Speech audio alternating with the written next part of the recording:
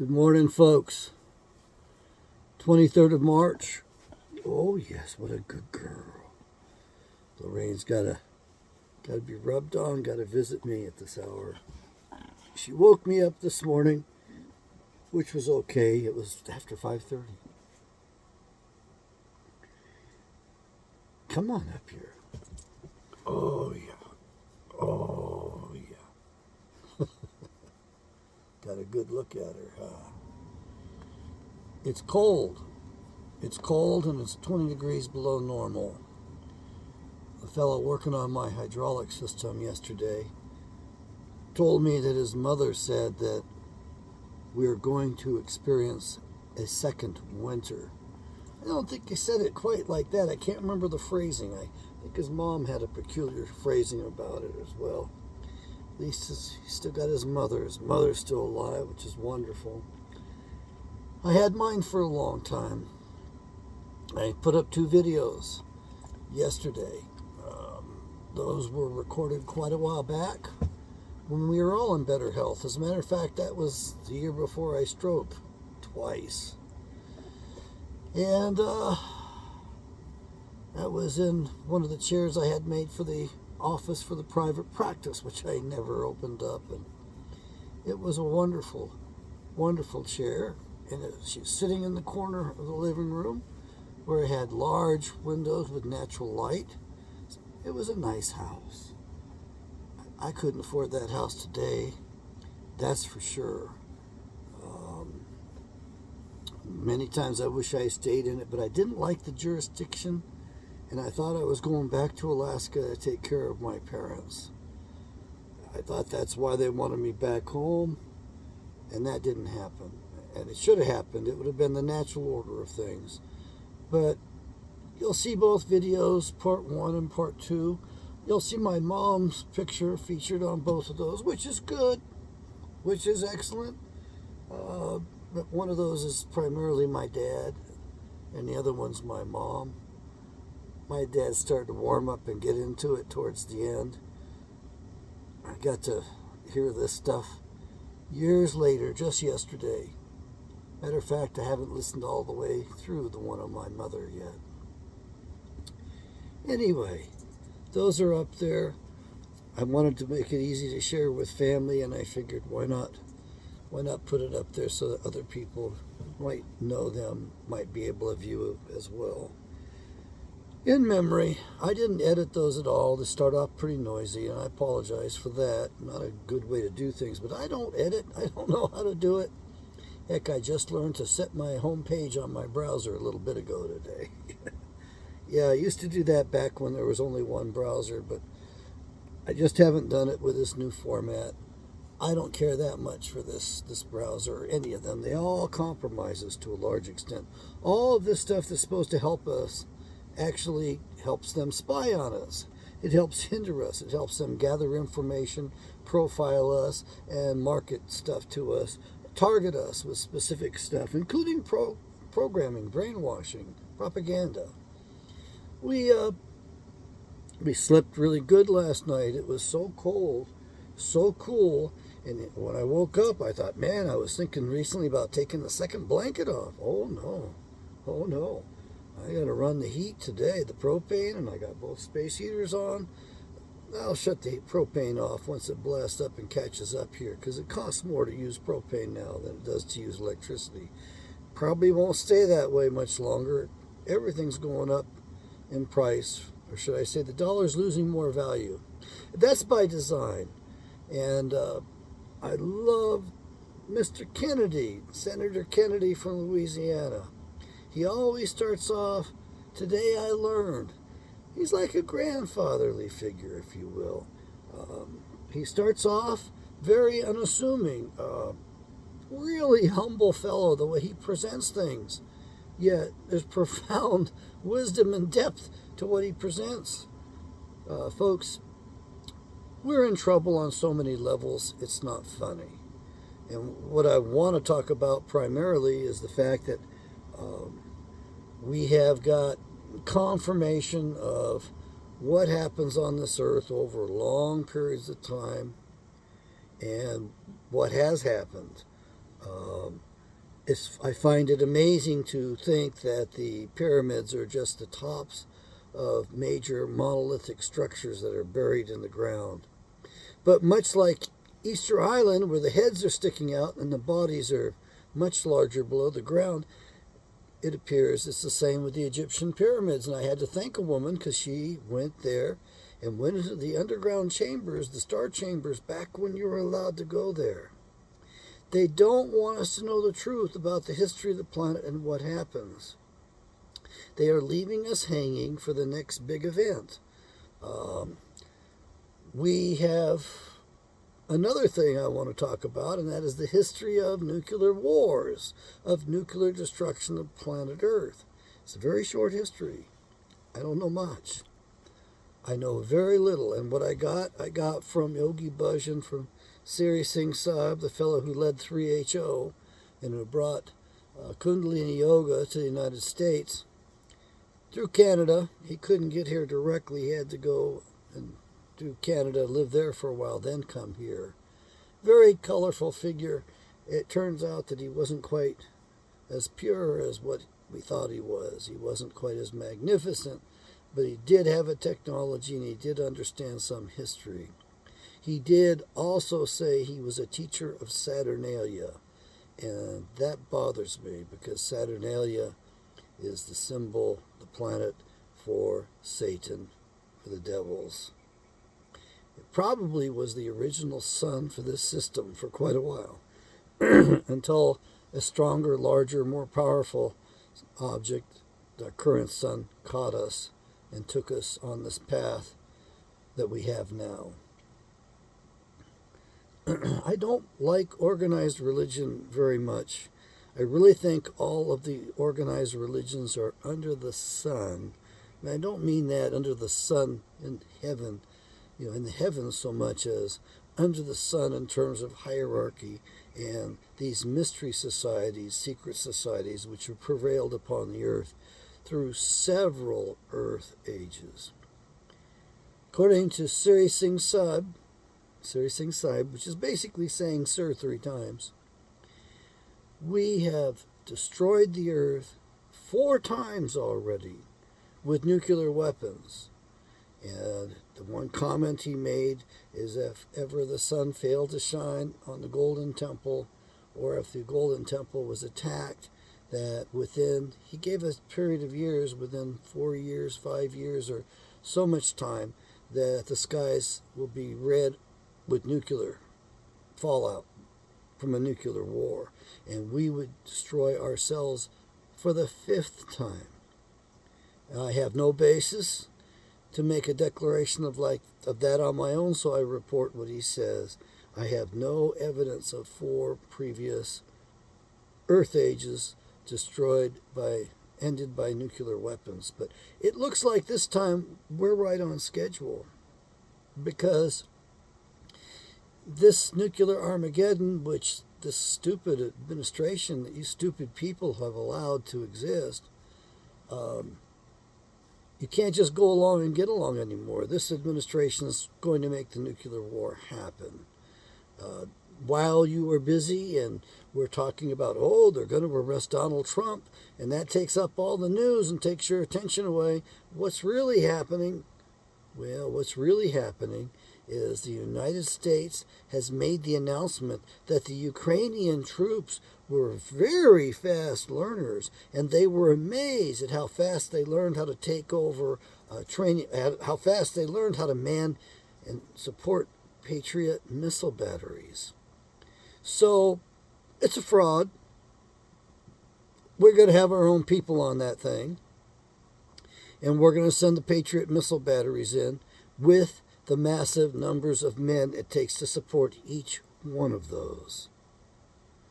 It's one thing about high-tech weaponry, it takes a lot of maintenance, it takes a lot of manpower, high labor, and you can't learn that overnight. It takes years, and the Ukrainians have not learned it. Very slim chance that they started training them 5 or 6 years ago, which is probably what it would take. I think that it would probably take a minimum of 2 years before a fellow could actually get on that thing and do his job on it. At least 2 years, minimum. And then the United Kingdom, the other UK. Those son of a bitches have decided they're going to authorize and donate to the Ukrainians depleted uranium munitions. In other words, these 50 caliber things that go out blazing hot like yellow, red, molten bullets, which is what they are. And while they do that, they off-gas radiation. And there are men who shoot that, who hang around that stuff, who are in that field of combat, are all going to be breathing in, going to be getting radiation sickening, radiation poisoning. That's what the cause of the Gulf War syndrome. It was our own depleted uranium rounds. Sure, that stuff goes right through a tank like a hot knife through butter. But it's used at great cost. And our guys were using it on people. They were shooting people in half with that stuff. The stuff that they described in the first Gulf War and the battles, we never should have had that war. Saddam Hussein didn't start those fires over in that little country over there in Kuwait. Our soldiers went in there on fast attack vehicles and started all of those oil well fires that we blamed Saddam Hussein on. We blamed on Saddam Hussein. And that justified our going, along with that little bitch who cried and put on a good show for the world to see in the United States Congress about how she witnessed. This is the ambassador's daughter giving testimony to Congress. What a bunch of friggin' idiots. Huh? She says they took the babies out of the incubators and put them on the cold floors to die. And it was horrible. It was propaganda. And you bought it, just like Congress bought it. What a shit show. They're at least paid to do that stuff. You aren't. And you bought it. Who's running the show? Who's running the country? You and I aren't. And so they got us into that war based on lies. What? The miracle passports that survived the planes going into the trade towers? I don't think that there were planes going in the trade towers that did that. I think they blew up the nanothermite that was in the paint that was put on the frame of the building by that low energy bush out of Florida. And who was it that did the wiring of the building up? Why, the artists, the Israeli art students. And who was it that had breakfast every morning in the restaurant up top? Except that one morning? Mr. Silverstein. He has an amazing excuse for why he didn't show up to work that way and didn't go eat his usual breakfast, in which he would have been up there on the top floor eating breakfast while all that happened. Do you know how many people were warned not to go in that morning? Did you know that they were primarily Jews, Jewish people who received that warning, don't go into work, and they didn't go into work? They used that false flag stuff on everything. They did that with their fast attack vehicles in the before the Gulf War started, to start the Gulf War. We had no business going in there doing that. Saddam Hussein, the CIA agent who was tasked to handle Saddam Hussein, told us, after she got out of prison, she was held for 5 years under the Patriot Act without cause and never charged. She was a blonde when she went in, and by the time she got out of prison, she was a gray-haired woman.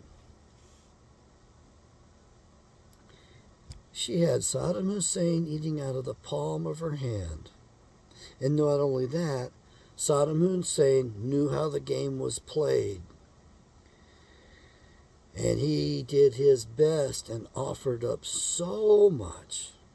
If we had just chosen the good path, the path of righteousness, we would still have Iraq intact there today. Now, Saddam Hussein probably would have passed away by now, naturally, instead of having his head removed. But the contract was there. He was going to buy 1 million vehicles a year made in America. He was going to provide all of the crude oil we wanted at whatever price we wanted it at. We made outrageous demands on him, and Saddam Hussein knew the game. He made a bigger counteroffer. He was generous. He offered far more. But no, we had to go to the war again. We had to serve the God of war. The Bushes got us into that illegally as hell. May Papa Bush rest in hell. Of course, at this point, we're facing much worse stuff today. We've got a very incompetent administration in there that has no credibility, and no one has any confidence in them to maintain honor at all, to maintain their words.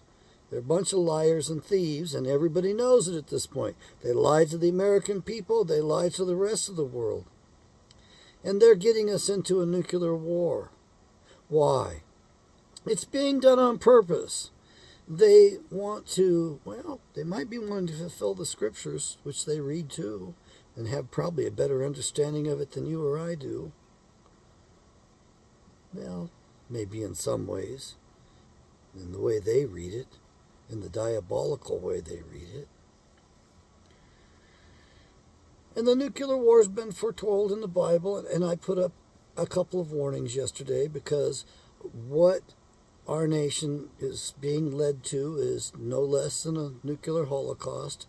It is not going to be limited to the United States, nor will it be limited to Russia. It will be the entire planet. They're going to launch all that stuff off. I don't know that the planet will recover from it. It's rather interesting, though, that this coincides with the end of an Earth age. What happens at the end of an Earth age? Well, your sun micronovas, I'm still stuck on that term. Your sun novas, at a regular interval, every 12,068 years. Apparently what happens is it gets irritated by a bunch of dust. A bunch of dust gets into the sun, so much dust that it gets irritated and it blows the dust shell off. Now that's the simple way that I heard about it at first. There's probably something much bigger going on because the core of the sun is going through changes just like the core of our earth is going through changes. And it's my suspicion that this may be coming from the center of the galaxy, the Milky Way. However, it could be that it's coming from the center of the galaxy, from way beyond, to the edge of our universe even, that it is being energized from beyond the Milky Way. You have to be flexible and open-minded in this. When I was a child, I had a real rough time for a period of time. We were living in Heidelberg, Germany. We were living in a civilian housing that was built right outside of the fort there, right outside of the walls. And there was a back gate that I would walk through as a little boy going into the fort. I would go in and buy my mother cigarettes, of all the things. Yeah. Okay. And on the other side, to the other side of the building, there was the library. And there were juniper bushes there, and I remember those very well because I would crawl around those as a little boy, in and out of them. I was small as a child, and there were not many boys to play with there. It was almost all little girls and me and my brother, and so I often was by myself to myself. I hung out with some of the bigger kids who were getting me in trouble because I was small, and they'd lift me up on their backs, and I'd grab a hold of the limb of the cherry tree, and we'd pull it down and steal the cherries. Now, I guess that's a family trait, because my mother tells the story about how she liked green apples, and she would steal green apples from a tree. So I guess in this case, the apple doesn't fall very far from the tree. So yes, I loved eating those cherries. The Germans had wonderful plots of land, and the trees, well, they grew way out over the road, and they'd put me up on their shoulders. I'd grab the branch and pull it down a little, and then we'd all would eat these wonderful cherries that were ripe. Oh, wonderful. And I also played in those juniper bushes during the Cuban Missile Crisis, when my mother told us children, the president is in the rose garden, you better go out and play. And so I went out and crawled there when the president was in the rose garden, waiting for nuclear Armageddon to start back then.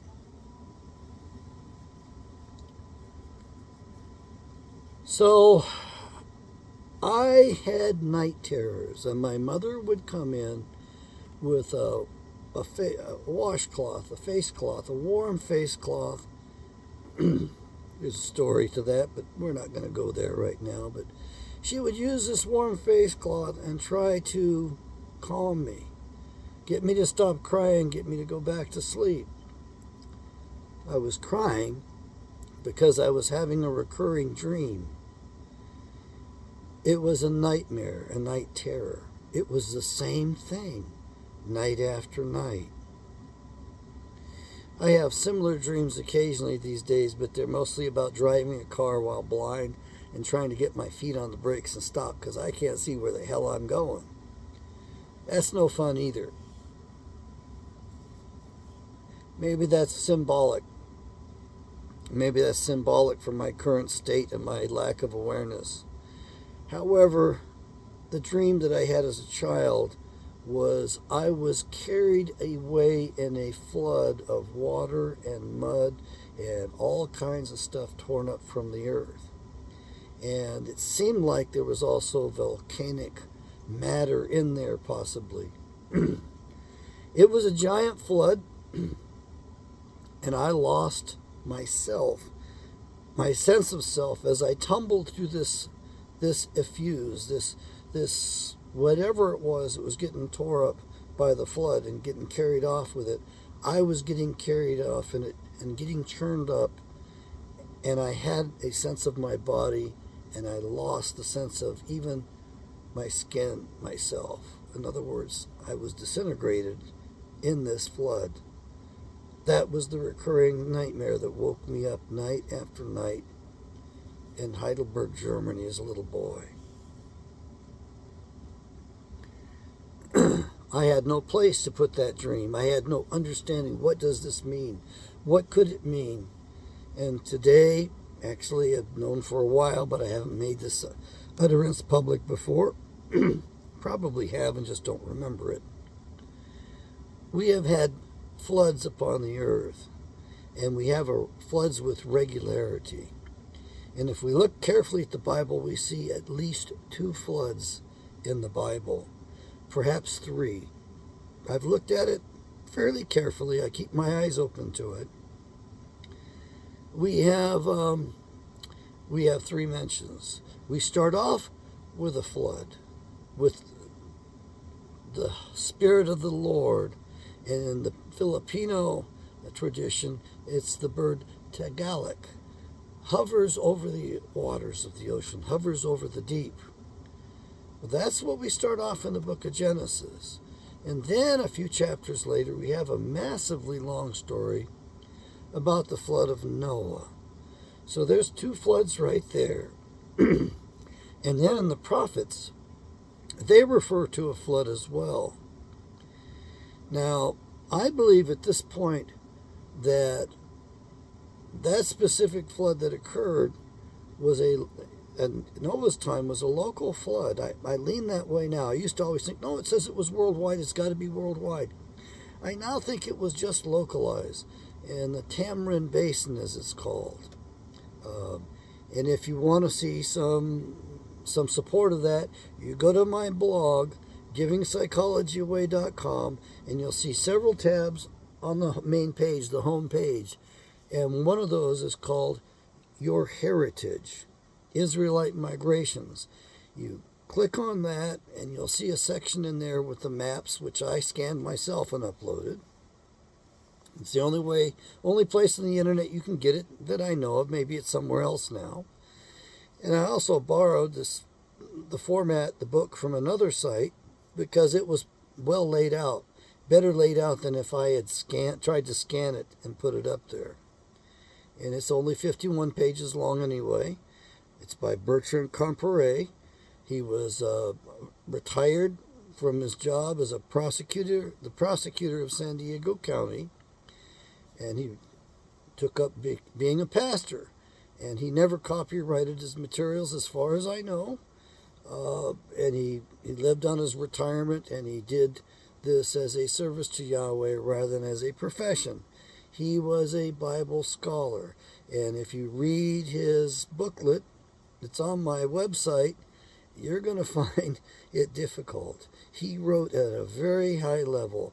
The only level of English that I find written at a higher, more detailed, more accurate level than Bertrand Comparet were all of our founders. Every one of them wrote at a higher level.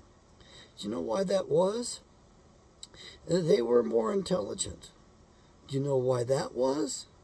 And it has nothing to do with being white. I'm sorry for you folks out there who want to go, oh yeah, because they were Caucasians. Look, they weren't subject to the poisons that we are. We are subject to being poisoned in every way possible. Even the chemicals they use to finish off and put in our clothing, even that's toxic. They put that stuff in the walls in furniture fabric, in the walls of construction, even in what do we call that? Sheetrock. Even in there, they've got these chemicals that are harsh for us, bad for us everywhere. And of course, it's low levels. If it was really, really toxic and killed you outright, would catch on to that. But they actually are poisoning us all over the place. There is a fellow, I can't think of his name right now. He's well read. I wouldn't consider him a Bible scholar, but he reads very broadly. And he says that in all of his searchings, as far as he could tell, there was a female cult behind the scenes ruling the planet, and their talents were in poisons. They kept that secret and kept it to themselves because that's where they got their power from. And of course, kings, probably queens as well, would search them out and hire them for their knowledge and pay them so that they could kill their adversaries using poisons. Well, they mainstreamed all that poison technology into your medical profession, and so all of your medications are actually bad for you in a general level. So they make compromises in one of the systems of your body in order to support another system. So in other words, in order to lower blood pressure, they're going to give you a little bit of a toxin, a little bit of a poison. And if you get a dry cough from it, well, that's a sign, that's part of the toxicity of that medication. If it is a supplement, then the insurance companies won't cover it, and your medical profession may be required to prescribe it, only in the case of it being really good for you. Then they have to prescribe it, jack the price up, and make sure you don't have access to it. If it's good for you, they're going to take it away from you. It was like the nano silver technology in the washing machine, which Samsung came out with probably in 2003. It was marvelous. It killed all bacteria in your laundry, including MRSA, staph. It killed all that stuff. And they took it out of the washing machines because it was too helpful to us. So, we are facing nuclear holocaust. It's clearly written in the Bible, throughout the Bible. I did a short video yesterday with the picture of a video on my screen by Tibosaurus Rex. I really suggest you look at that. It's a rather quick overview, probably compiled partially from the 3 videos he had released 15 years earlier. He's an amazing Bible reader. I want to say scholar. I don't know if he goes, well, he does go back to the original languages. Go look at what he did. I'm not going to try to refute it. The only thing I would have to say to Rex is what I've said publicly before, is you got it wrong. It wasn't 2,500 years ago in the Bible, written 2,500 years ago. It was written at least just over 3,000 years ago. Okay, little minor technical point, but everything else he has is so spot on.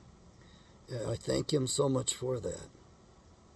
So you have a one world government with your evil ones behind the scenes taking over, ruling everything with their satanic practices, their secret societies, their cults, their symbolism, and they are going to do their best to go after their enemy. Who is their enemy? Well, if you read the Bible and you understand the Bible, you will understand that this is called, in certain places in the Bible, that ancient hatred. It was the hatred between 2 brothers, half-brothers actually. One was Abel, A-B-E-L, and the other one was Cain, C-A-I-N. And Cain was the product of a union which never should have occurred. It was an unnatural union. It violated Yahweh's laws. It violated natural law. It was such a violation that it set up this whole fight between good and evil. Cain made an offering to Yahweh, and it wasn't acceptable. It wasn't accepted. We don't know why it wasn't accepted, but we do know that the tradition was only the oldest son could give the offering. And we know that Abel gave an offering and it was acceptable. And of course Cain was enraged and very jealous, envious, because his half-brother Abel's offering was accepted and his wasn't. His was rejected. And Yahweh said to Cain, if not you do good, shall good things be your reward? In other words, Yahweh tells Cain, why are you so upset? If you do good, will it not be rewarded? In other words, if you do good, you're going to get rewarded. But he did bad. He did badly. He got his brother Cain out into the field, used a rock, smashed his skull, killed him, murdered him on the spot. Abel's blood went into the field, and Yahweh says it cried out to him. Blood crying out. That to me is symbolism, or evidence actually, that we might actually be living in some sort of a matrix.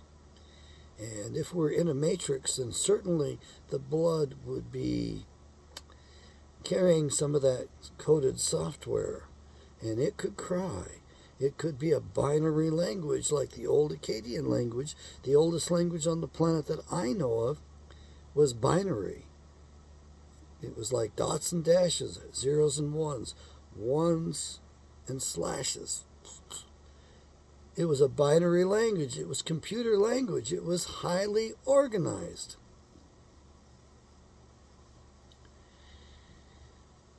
So Cain was evicted from the garden. And he complained to Yahweh, where will I go out there? They will kill me. Whoa, hold on. So you're telling me that there's people outside of the garden, yet all men came from Adam? No, it's not biblical. Not all men came from Adam.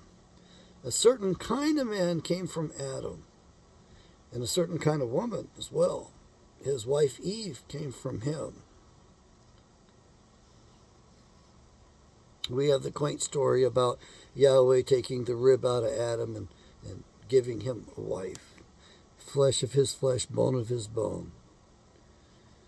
Well, what happened is that a fallen angel named Gadriel seduced Eve, and he was the father of Cain. And then Cain was evicted from the garden. He went outside and he took wives from the Enosh or Enoshwi. In other words, there were two different words for man and mankind in the Bible.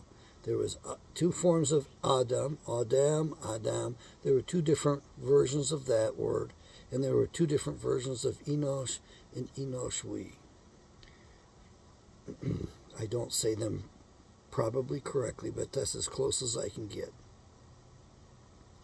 And so Cain went out of the garden, and he built cities there, and he took wives there. And that would have been from the Enosh or Enoshwi. And if you're wondering who those are, those descendants today would be Mongolians. Whereas the descendants from Adam and Eve would have been pure Caucasoid. All right? So, that just is to give you that much of the history. That's where the ancient hatred came from. If you read the Bible, it tells the story about those two bloodlines, if you will. And actually, there were probably many, many bloodlines. Because in the book that we call the Bible, the collection of books, the library of books, we have the story of two boys. One had a fallen angel for a father, and the other one had Adam for a father. And the problem that we have is that a lot of people want to jump to conclusions and just say, well, we just have to go after Cain and Cain's descendants. The problem with that is that Cain's father, Gadriel, was only one of 200 fallen angels, and he was one of the 5 leaders of the fallen angels.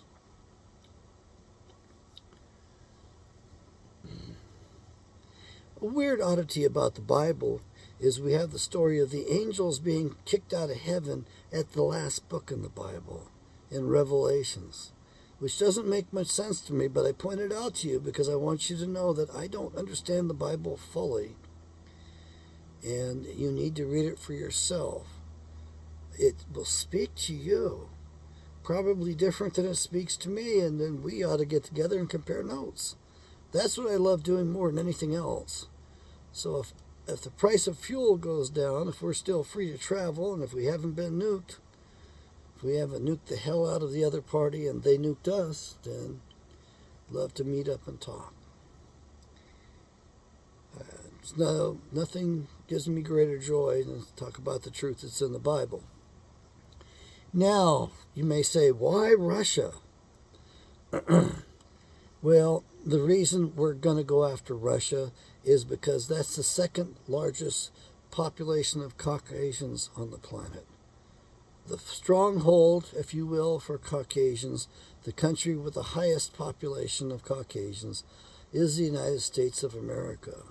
We are lower in numbers, and we have been targeted for extinction on purpose. As a matter of fact, some of the Native Americans have gotten together already.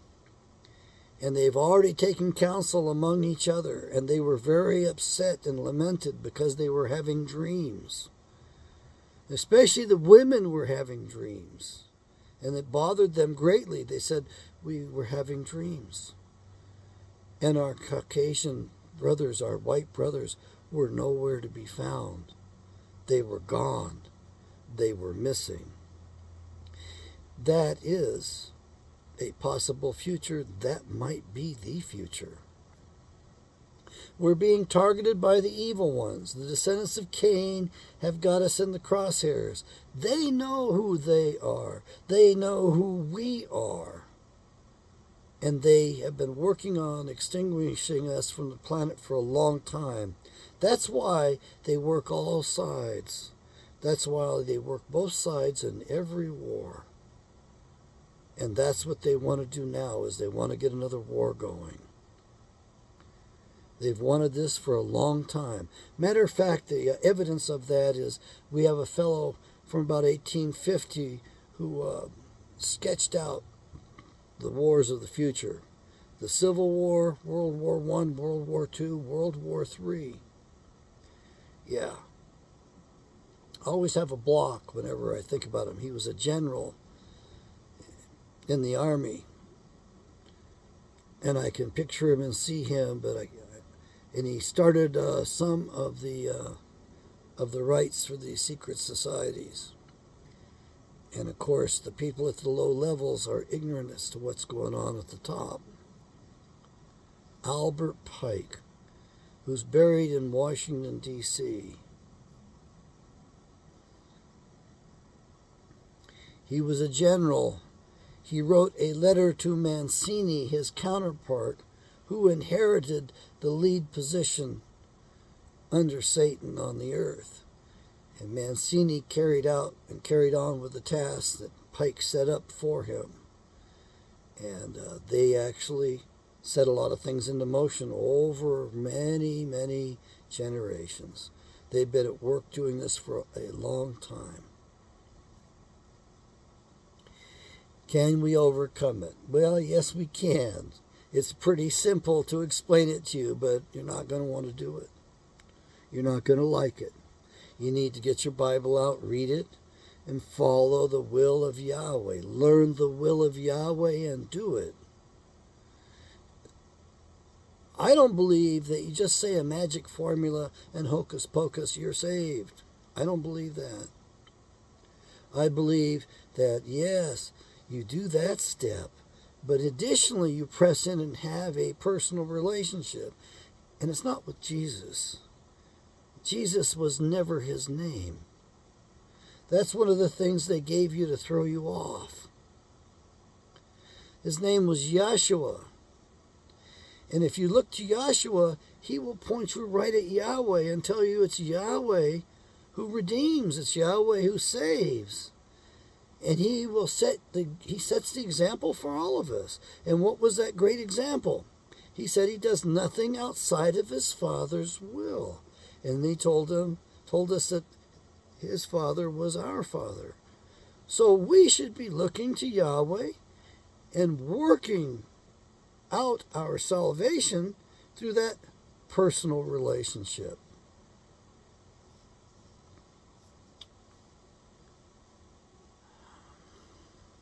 So, read the Bible, get to know the 10 Commandments. Do your best to abide by the 10 Commandments. There will be conflicts. There will be trials and tests. Read the rest of the Bible, though, and you'll find there's a lot of support for you in discerning right from wrong, from making fine discriminations in judgment. Yes, you have to judge. And this modern religion says you're not allowed to judge. Who am I to judge? Well, that's one thing if you're being humble about it. But if you're neglecting your duty to render good judgment, who's that on? And then there's a command in the Bible which rarely nobody else brings up, but I bring it up, and that is love, truth, and justice. You have to love truth and justice. It says that throughout the Bible. At least it said that to me. I was reading an NIV study Bible at the time. Love, truth, and justice. It was like a command sitting in the middle of nowhere. I never heard anybody in any of these churches ever say that. When I've been to church, they don't say love, truth, and justice. But it's always truth first and justice second. And I think the lesson from that is that by going along with these little lies, you're playing into the hands of the enemy. Like calling God rather than by his proper name, which was in the old original scriptures until they took it out about 275 BC. That's a mistake and an error. Then there's some disagreement as to how the Tetragrammaton was pronounced and what we should really be saying when we read it. Okay, that's one of those little arguments that we have to accept. We'll know the truth someday. It's like the flood. Was it Noah's flood? Was it worldwide or was it local? Someday we'll all know the truth. So hold on to those concepts gingerly, lightly. Don't get all stiff-necked and religious on us. Religiosity is an illness. It's not healthy. Don't go off the deep end with things. Yet we're noted for being stubborn and stiff-necked. It's a sign of our people. We don't like change. That includes me. I still do my best to grow, to be flexible. I really want you to buy the Bible. I want you to read it. I want to be able to have more in-depth conversations. And I want you to go to the other channel if you're serious about studying the Bible. And I'll do my best to cover things there. I'll share with you my thought process. One of the things that my father did not do and my mother didn't do was they didn't share their thought processes with me very much, especially my dad. He was just too quiet. And if he had been sharing his thoughts with me and how he processed things, I would have been able to learn better from him. Instead of telling me what to think, if he'd have just shown me how he thought, modeled it, demonstrated to me how he got to these conclusions and the bigger picture, which I as a little boy couldn't see hardly at all, I would have done better. It would have been a lot better. So, we have a problem. We're about to get nuked. We have a problem. We are at the end of the Earth age. Actually, if we're going to have nukes, it's a good thing it's at the end of the Earth age, because that might be what saves the planet. That might be what saves life on Earth. That maybe when that sun novas and hits us with the electrical charges, the plasmas and the plasma displays, and by the way, you do have to go underground. It'll cause you to go blind at some point. It says that in the Bible. So, and we were underground before. We had to live underground for some periods of time. And by the way, the same caves that we've been used in the past will be used again. There's not going to be very much room, to be honest with you. There's not many more structures that we can do that in. But we will be hit with a bunch of blasts. It'll go real hot on us. There'll be tremendous winds in some places. Other places, the air will be stagnant. The Earth's crust will be cracking all over the place. Earthquakes every which way. Continents could sink. Continents could arise. Species are likely to go extinct. We might see speciation. Some of us might actually witness how that happens. I'd love to see that. I'll be honest with you. I'm very curious about that. What I can tell you is that it begins with the sun going nova. It's not a micronova. It's a regular thing scheduled up every 12,068 years. And there are other cycles within that and beyond that. There are bigger, grander cycles. And how do we know that? Well, if you look at the crust of the earth and you go into it, you see the layers of limestone, sandstone, white and pink.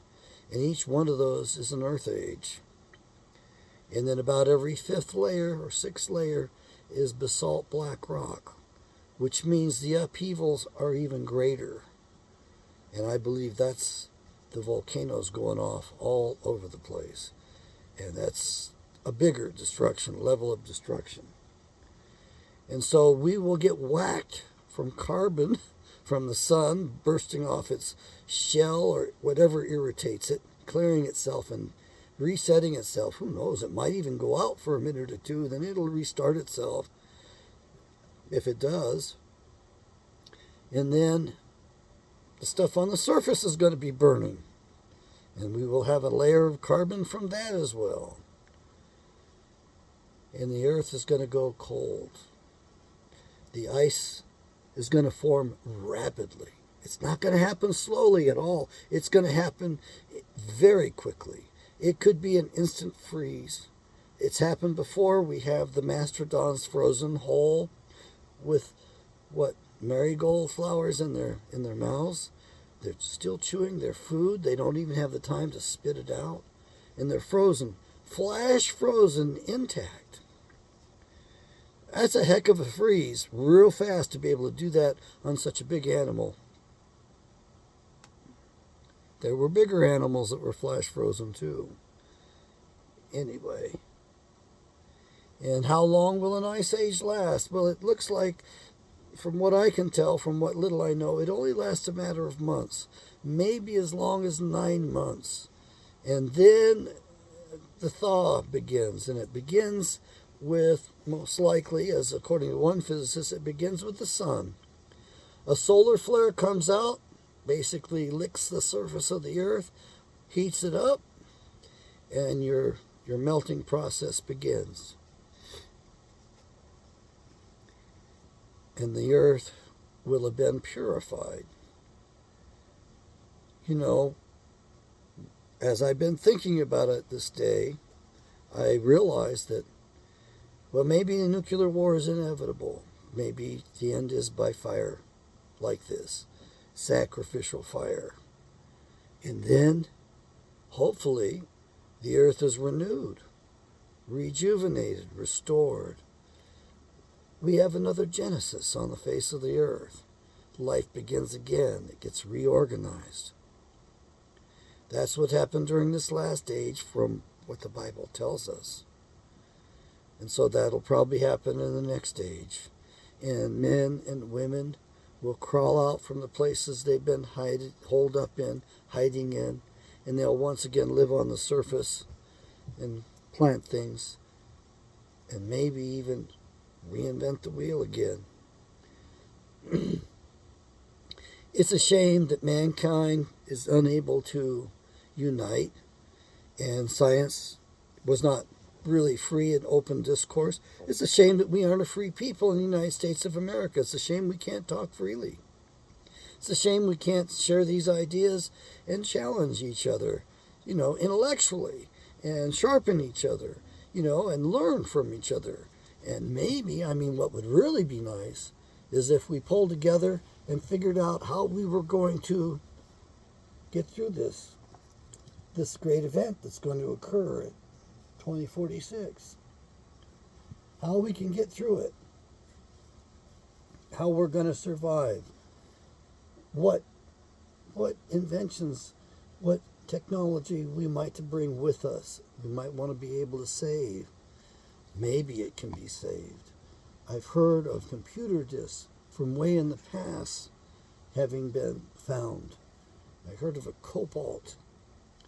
Was it cobalt?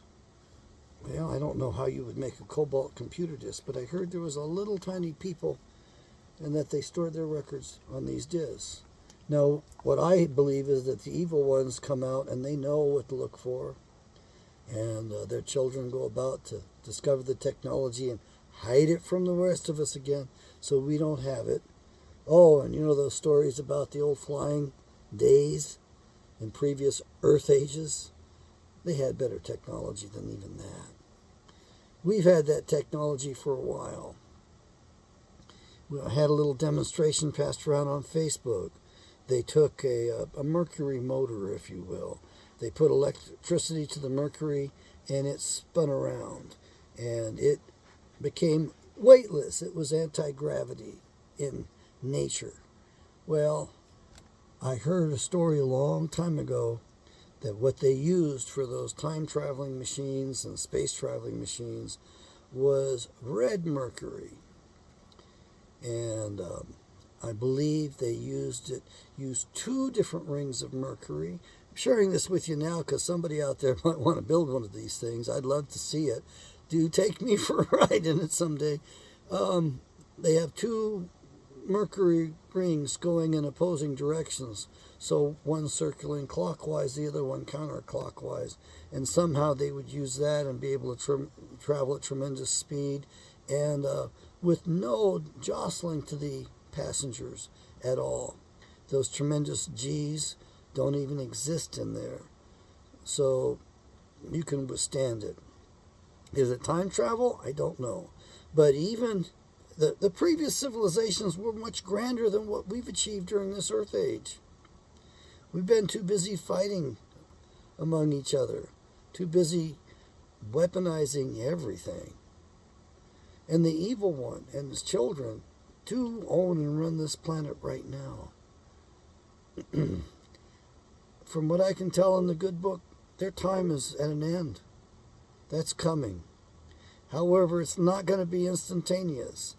That when this all ends and we're in the next age, those of us who survive it are going to be hunting down the others. And not only that, our children will be continuing to hunt them down. And their children will be hunting them down.